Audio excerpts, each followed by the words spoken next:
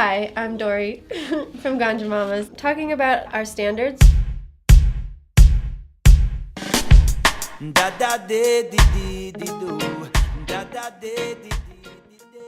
We are testing because they are going to be able to give us a genetic footprint, so we're going to be able to see exactly which terpenes are in each of these strains.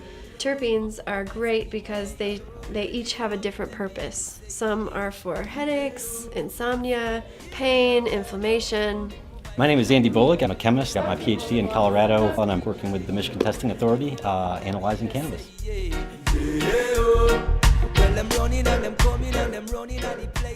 We primarily use something called GC-SAW. It stands for gas chromatography, single acoustic wave.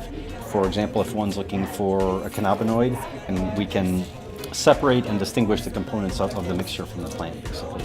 And this allows us to effectively prescribe medicines. The plant is producing a pharmacopoeia of different plant medicines, different medicinal molecules whose uses are just being tapped now, just starting to be studied.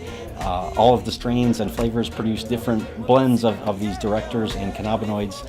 And so by being able to fingerprint or rapidly assay the concentrations of these different components, we can help people find their best medicinal blend, basically. We really want to educate our members and get them involved in their healing process because mainstream medicine doesn't really do that. They don't really get them engaged in figuring out what works for them and what doesn't. We're